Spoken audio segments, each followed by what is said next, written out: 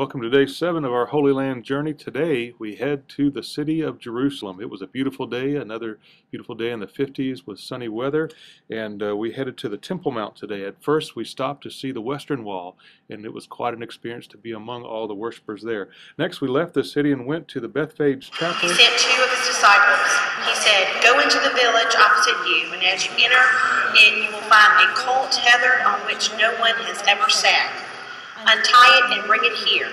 And if anyone should ask, 'Why are you untying it?' you will answer, 'The Master has need of it.'" And there we heard from Luke 19, Jesus' triumphal entry into Jerusalem, and saw some beautiful pictures also from the pictures of the scene that was depicted with Jesus and the donkey taking the procession across the way into Jerusalem.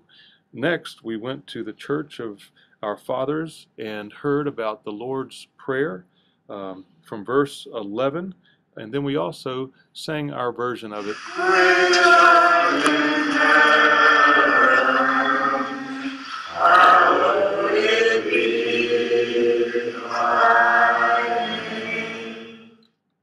Our next stop was the Church of Tears, and here we read out of Luke 13 and 19 where Jesus weeps over Jerusalem because it didn't recognize the things that made for peace. And from this chapel you can see Jerusalem across the Kidron Valley, and it was quite an important scene. Next we headed toward the Garden of Gethsemane with over 3,000-year-old olive trees. It's across from the Kidron Valley from Jerusalem. This is the scene of Jesus' betrayal. Next door is the Church of the Rock, and this is where Jesus prayed, and then he was betrayed by the kiss of Judas. You can see depicted here in the fresco, and then there's a fresco depicting Jesus praying on the rock. Next we headed through the Zion Gate of Jerusalem, and we went through the Armenian quarter and walked along the way. We found a great restaurant that Dr. Luker led us to and had a wonderful time enjoying some authentic and delicious food. From there, we walked along the streets, the Via Dolorosa, which is the way of sorrow, that led us to Golgotha.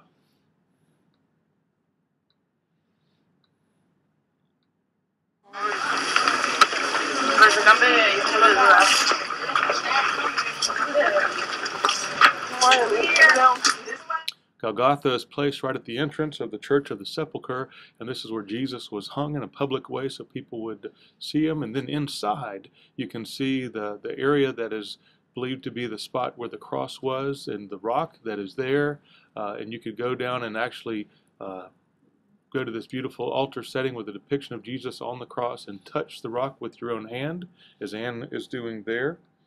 And then from there we saw some beautiful paintings that depicted the scenes of Jesus being taken down from the cross and then being laid in the tomb. We also had a chance to see one of the tombs that was nearby.